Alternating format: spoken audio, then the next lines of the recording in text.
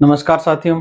आज के सेशन में अपन डिस्कस करने वाले हैं भारत का जो दूसरा भौतिक प्रदेश है उत्तर का विशाल मैदान के बारे में।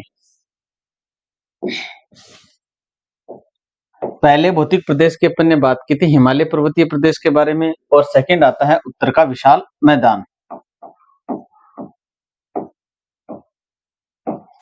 उत्तर का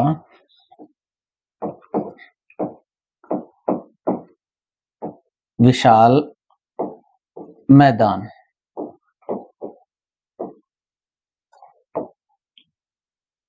यहाँ पर अपन बात करेंगे कि उत्तर के विशाल मैदान का निर्माण कब हुआ था। निर्माण के साथ साथ ये जो उत्तर का विशाल मैदान है वो भारत के कौन से क्षेत्रों में फैला हुआ है और इसके साथ में यहाँ पर जो भूआकृतिक संरचनाएं मिलती हैं वो अपने को किस प्रकार से मिलती हैं। तो इन कुछ मोटी मोटी बातों का अपन आज के सेशन में अध्ययन करने वाले हैं।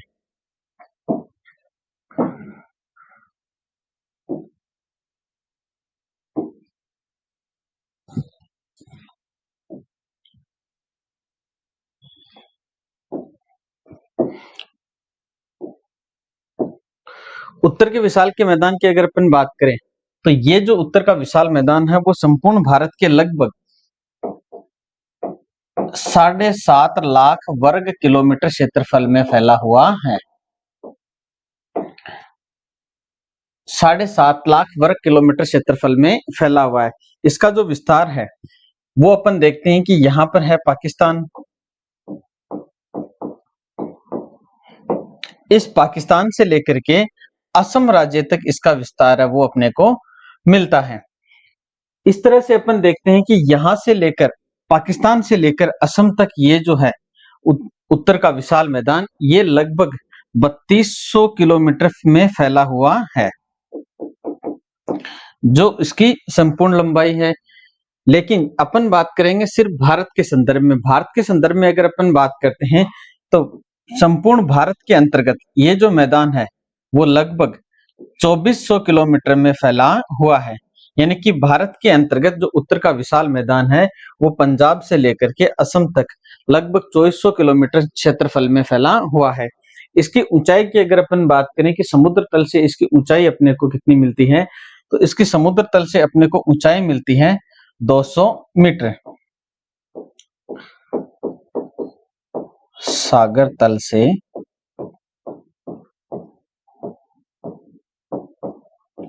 ऊंचाई 200 मीटर। इसकी चौड़ाई की अगर अपन बात करें तो ये जो मैदानी प्रदेश है वो लगभग 150 किलोमीटर से लेकर 300 किलोमीटर तक चौड़ा है। कहीं कहीं पर इसकी चौड़ाई है वो बहुत कम मिलती है, कहीं पर इसकी चौड़ाई बहुत अधिक मिलती है। तो अपन कह सकते हैं कि लगभग इसकी चौड़ाई है वो है 150 किलोमीटर से लेकर 300 किलोमीटर तक इसकी चौड़ाई है वो अपने को मिलती है। यह जो मैदानी प्रदेश है इस मैदानी प्रदेश की अगर अपन बात करें तो ये भारत का सबसे नवीनतम भौतिक प्रदेश भी है।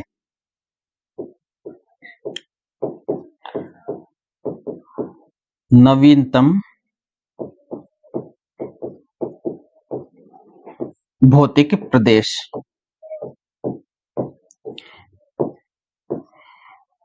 जो उत्तर का विशाल मैदान है वो भारत का सबसे नवीनतम भौतिक प्रदेश माना जाता है। सीधा सीधा क्वेश्चन आता है कि भारत का सबसे नवीनतम भौतिक प्रदेश कौन सा है तो अपने सामने यही चारों ऑप्शन मिलते हैं। उत्तर का विशाल मैदान, पठारी प्रदेश, तटीय मैदान या नवीन उत्तर का विशाल मैदान। तो सबसे नवीनतम जो भौतिक प्रदेश आ गया वो है उत्तर का विशाल मैदान। ये तो अपन ने बात की थी इसकी संरचना की कुछ मोटी मोटी। अब इसकी उत्पत्ति की अगर अपन बात करें कि इसका निर्माण कैसे हुआ तो अपन ने बहुत पहले पढ़ा था कि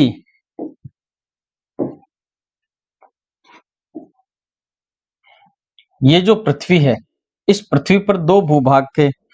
जो उत्तर का जो भाग था या पहले अपन देखें कि जो स्थल भूभाग था इसको वेगनर ने पेंजिया नाम दिया था और जहां पर जल था इसे पेंथालासा का नाम दिया। 71% भूभाग पर तो जल था और 29% भूभाग पर है स्थल भाग।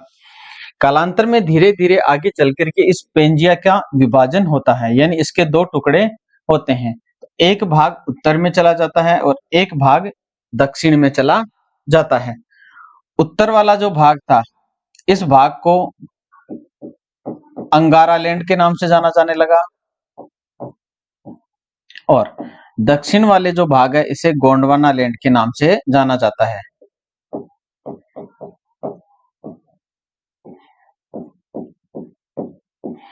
ठीक है, यहां तक की अपनी बात हुई थी। और इसके जो बीच वाला भाग है जिसमें सागर रह गया था, इसे टेथिस सागर के नाम से जाना जाता है। तो यहां पर अपन देखते हैं कि अंगारा लैंड, गोंडवाना लैंड और बीच का भाग है टेथिस सागर। इस टेथिस सागर का ही जो हिस्सा था वो था अपना उत्तर का विशाल मैदान।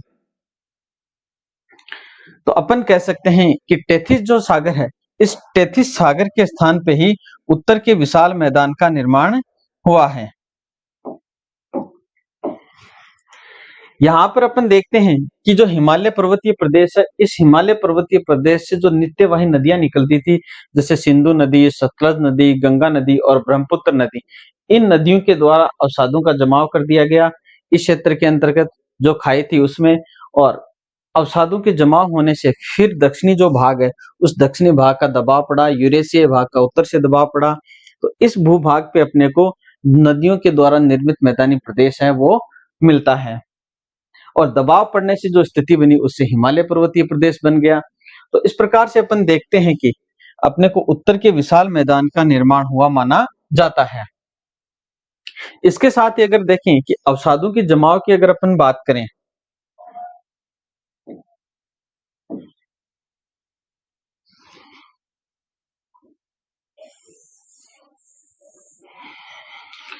तो इस भौतिक प्रदेश के अंतर्गत अवसादों की जो परत मिलती है,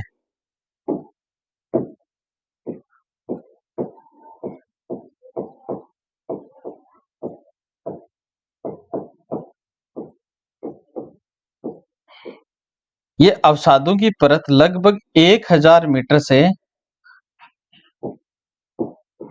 2000 मीटर गहरी मिलती है। यानी कि जो एनसीईआरटी कक्षा 11 की जो बुक है भारत का भूगोल, उसमें दिया हुआ है कि जो जमाव है अवसादों का उस उनकी गहराई 1000 से 2000 मीटर तक मिलती है। लेकिन कुछ एक स्थान ऐसे हैं जहां पर जो जमाव है वो लगभग 5000 मीटर से भी गहरे मिलते हैं। जैसे दिल्ली के आसपास का जो क्षेत्र है या दिल्ली से लेकर जो राजमहल का क्षेत्र है, राजमहल की जो पहाड़ियां हैं उनके क्षेत्र में अगर अपन बात करें तो अवसादों का जो जमाव हो लगभग 5000 से 6000 मीटर की गहराई के आसपास मिलता है। लेकिन अपने को वो आंकड़ा याद नहीं रख के मोस्ट इंपोर्टेंट जो आंकड़ा है वो यही याद रखना है कि उत्तर के विशाल मैदान में जो अवसादों का जमाव है वो मुख्यतः 1000 मीटर से लेकर 2000 मीटर की गहराई तक देखने को मिलता है। नेक्स्ट अगर अपन बात करें इसके आगे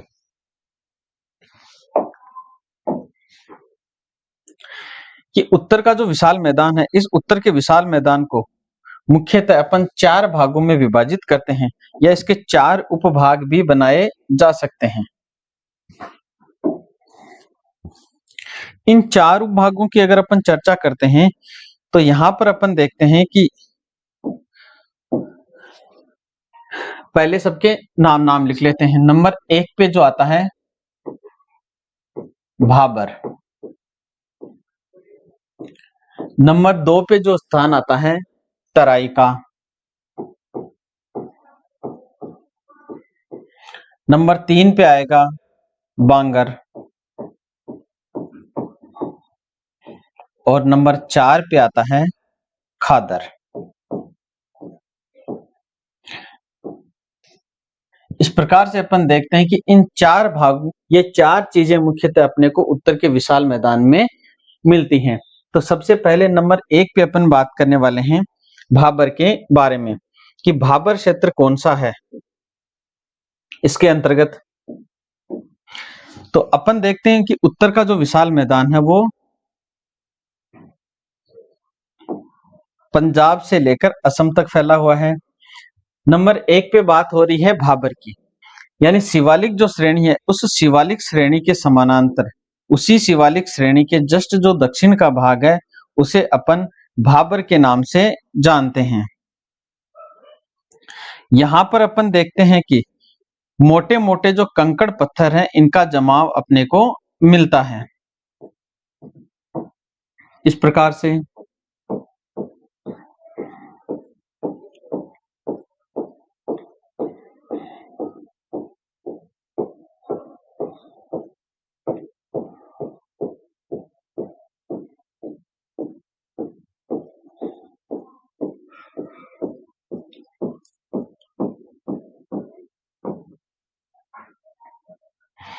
तो यहां पर ये जो श्रेणी है वो है शिवालिक श्रेणी। इस शिवालिक श्रेणी में इसी श्रेणी के समानांतर दक्षिण में जो भाग मिलता है वो आता है भाबर प्रदेश का। यहाँ पर मोटे मोटे कंकड़ पत्थर अपने को मिलते हैं और इस शिवालिक श्रेणी से जो भी दक्षिण में नदियां आती हैं उन नदियों का पानी सबसे पहले आता है इसी भाबर प्रदेश के अंतर्गत आता है। ये जो भाबर प्रदेश है इसकी अगर अपन मोटाई की बात करते हैं तो ये 8 से 10 किलोमीटर क्षेत्र में फैला हुआ है, यानी कि ये जो भाग है इसका वो 8 से 10 किलोमीटर क्षेत्र में फैला हुआ है।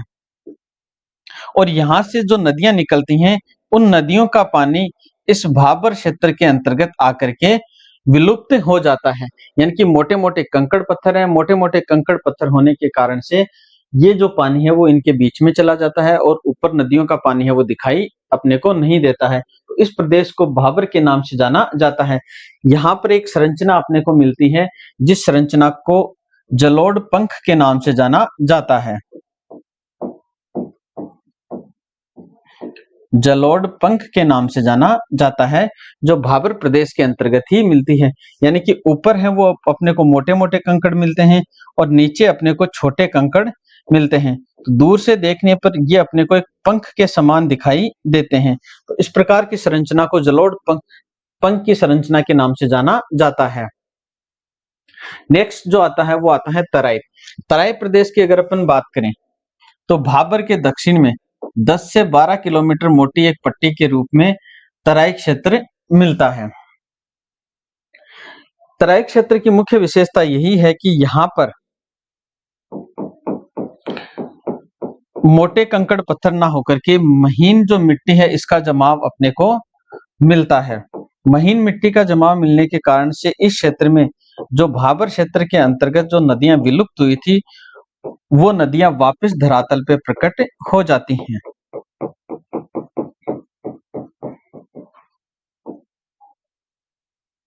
नंबर 2 पे तो इस क्षेत्र में जो नदियां वापस प्रकट हो जाती हैं और नदियां वापस प्रकट होने के कारण से ये जो क्षेत्र है वो एक दलदली क्षेत्र के रूप में परिवर्तित हो जाता है। दलदली क्षेत्र के रूप में परिवर्तित हो जाता है। दलदली क्षेत्र के रूप में परिवर्तित होने के कारण से यहाँ पर जो वन है उनकी सघनता अधिक मिलती थी और कालांतर में इन वनों को काट करके यहाँ पे कृषि कार्य किए जाने लगे हैं। यहाँ पर मुख्यतः गेहूं और गन्ने की कृषि की जाती है और यही जो क्षेत्र है वो भारत का सबसे ज्यादा मलेरिया प्रभावित क्षेत्र भी माना जाता है।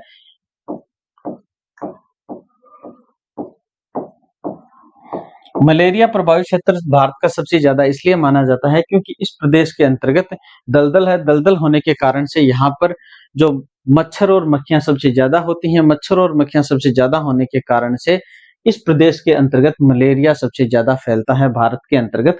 तो इस पूरी पट्टी को ही मलेरिया पट्टी के नाम से भी भारत के अंतर्गत जाना जाता है।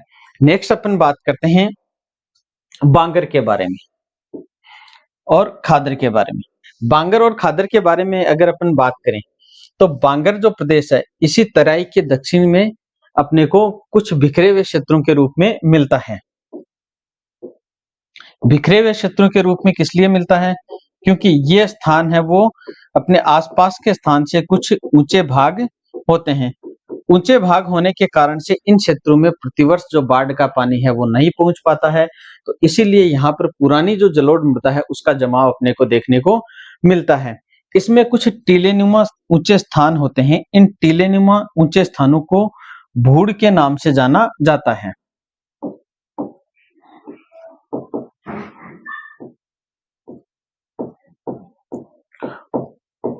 ऊंचे टीलेनुमा जो स्थान होते हैं, इन टीलेनुमा स्थानों को भूड़ के नाम से जाना जाता है बांगर के अंतर्गत। इसके साथ में अपन देखते हैं कि यहाँ पर कुछ लवणीय मृदा भी अपने को मिलती है।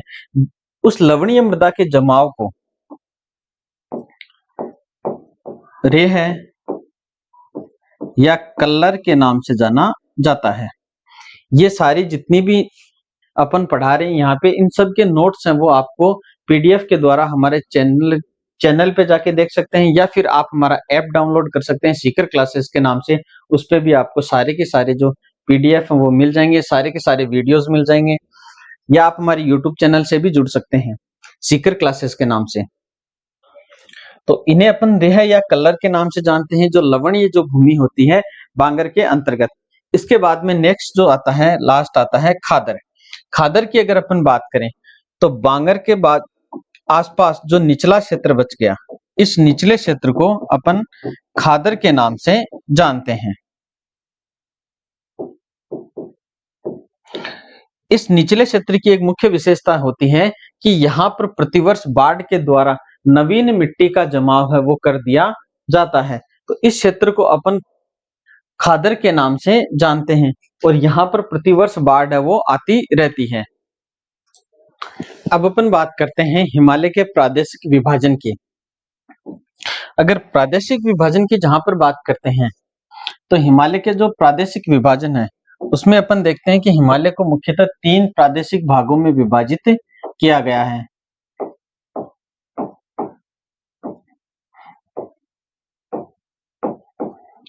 प्रादेशिक विभाजन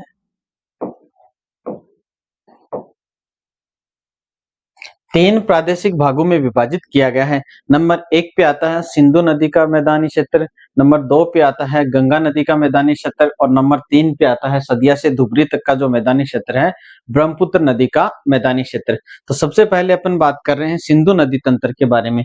सिंधु नदी तंत्र का जो मैदानी प्रदेश है उसके बारे में अगर अपन बात करें तो अपन देखते हैं कि सिंधु नदी का उद्गम है वो मानसरोवर झील से होता है।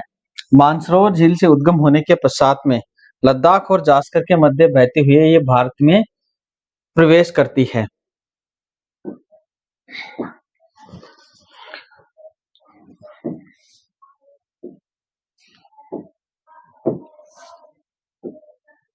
ये जो नदी है वो है सिंधु नदी, और यहीं से निकलती है दूसरी नदी है सतलज नदी।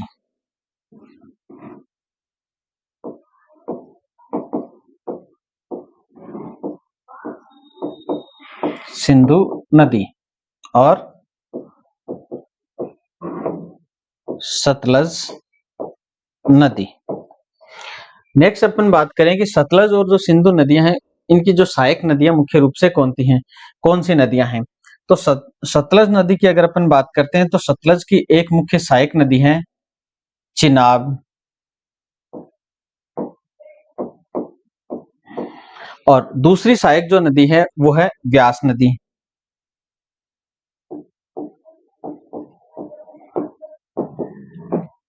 ये दोनों सहायक नदियां हैं सतलज नदी की। अब चिनाब की सहायक नदियों की अगर अपन बात करें तो इसके एक नदी तो आती है उत्तर में और एक नदी आती है इसके दक्षिण में। उत्तर की जो नदी है वो है झेलम नदी,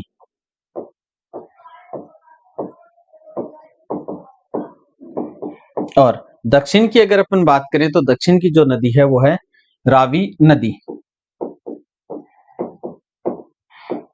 इस प्रकार से अपन देखते हैं कि ये जो नदियां हैं इन नदियों का अध्ययन अपन सिंधु नदी तंत्र के अंतर्गत करते हैं।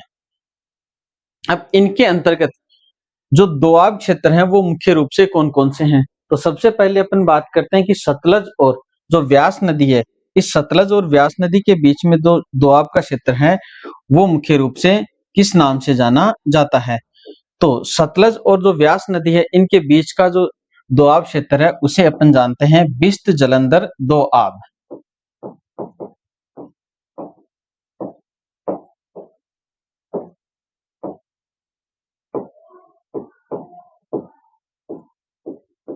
बिस्त जलंधर दोआब के नाम से जाना जाता है व्यास और सतलज नदियों के बीच के क्षेत्र को। नंबर 2 पे बात करते हैं रावी और जो व्यास नदी है उसके बीच के क्षेत्र को अपन किस नाम से जानते हैं? तो वो जानते हैं बारी दोआब के नाम से।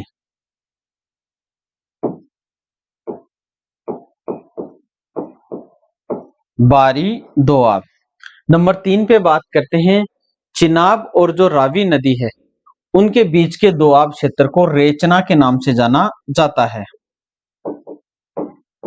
रेचना। और झेलम तथा चिनाब के बीच में जो दोआब क्षेत्र है उसे जाना जाता है चाज दोआब के नाम से। चाज दोआब। और लास्ट जो आता है वो सिंधु और झेलम के बीच में है सिंध सागर दोआब।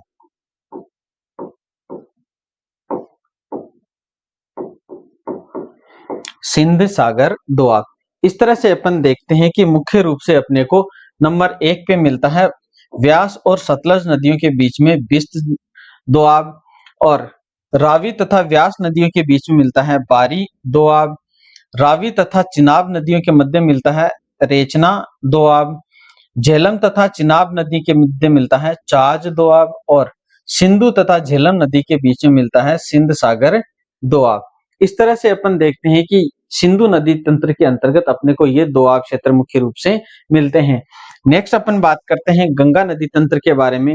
तो गंगा नदी तंत्र को भी मुख्य रूप से अपन 3 भागों में विभाजित करते हैं। नंबर 1 पे जो आता है वो आता है ऊपरी गंगा का मैदान।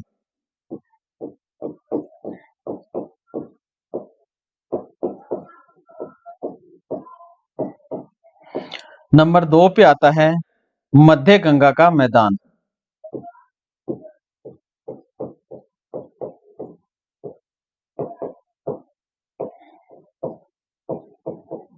और नंबर 3 पे आता है निचले गंगा का मैदान।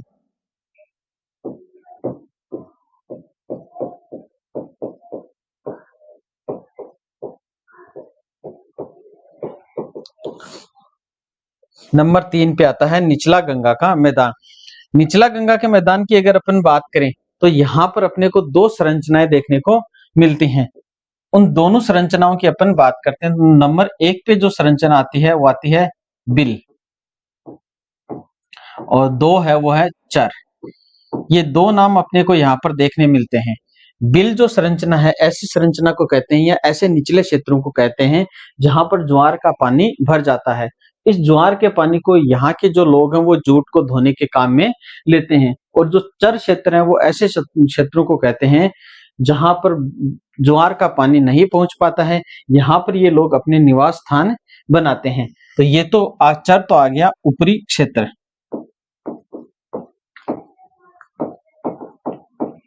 और बिल आ गया निचला क्षेत्र।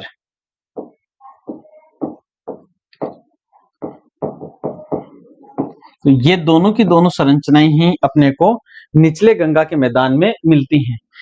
एक बार दोबारा इनकी चर्चा करें। बिल ऐसे निचले क्षेत्र हैं जहां पर ज्वार का पानी पहुंच जाता है और इस पानी का उपयोग यहाँ के लोग जूट को धोने के लिए करते हैं, जबकि चर ऐसे ऊपरी क्षेत्र होते हैं जहां पर ज्वार का पानी है वो नहीं पहुंच पाता है, जहां पर ये लोग अपने निवास स्थान बनाते हैं। उन स्थानों को चर के नाम से जाना जाता है स्थानीय भाषा में। नेक्स्ट जो बात करने वाले हैं अपन सिंधु नदी गंगा नदी के बारे में हो गई, और नेक्स्ट जो बात आती है अपनी ब्रह्मपुत्र नदी तंत्र के बारे में। ब्रह्मपुत्र नदी तंत्र के बारे में अगर अपन बात करें तो ये जो मैदानी प्रदेश है वो अपने को मिलता है असम में सदिया से लेकर धुबरी तक मिलता है। सदिया से धुबरी तक मिलता है।